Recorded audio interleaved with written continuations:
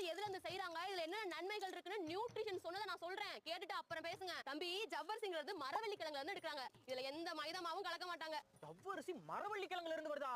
இதுல அவ்ளோ சத்து இருக்குன்னு சொல்றாங்கப்பா. ஜவ்வரிசி ரொட்டி பண்றதுக்கு 1 கப் ஜவ்வரிசியை நல்லா கழுவிட்டு 4 மணி நேரம் ஊற வச்சு எடுத்துக்கோங்க. ஊறின ஜவ்வரிசியை ஜல்லடையில போட்டு 10 நிமிஷம் தண்ணியெல்லாம் நல்லா வடிய வச்சு எடுத்துக்கோங்க.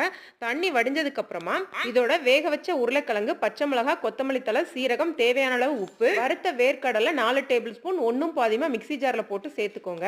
இதுல தண்ணி சேர்க்க தேவையில்லை. இதெல்லாமே நல்லா கலந்து இந்த அளவுக்கு வந்ததுக்கு அப்புறமா நம்ம உருண்டை பிடிச்சு தட்ட ஆரம்பிச்சலாம். கையில எண்ணெய் தடவிட்டு வாழை இலை இல்லாட்டா பட்டர் ஷீட்ல தட்டி எடுத்துக்கோங்க. ஜவ்வரிசியில் உள்ள தண்ணியை நல்லா வடிய வச்சிருங்க. அதே நேரத்தில் உருளைக்கிழங்கு நல்லா கெட்டியா வேக வச்சு எடுத்தீங்கன்னா ரொட்டி ரொம்ப சூப்பரா வரும். அதே மாதிரி இந்த ரொட்டியை சுட்டு எடுக்கும் போது அடிக்கொருக்கா திருப்பி விடக்கூடாது. ஒரு பக்கம் நல்லா 3ல இருந்து 4 நிமிஷம் வெந்ததுக்கு அப்புறமா இன்னொரு பக்கம் வேக வச்சு எடுத்துக்கோங்க.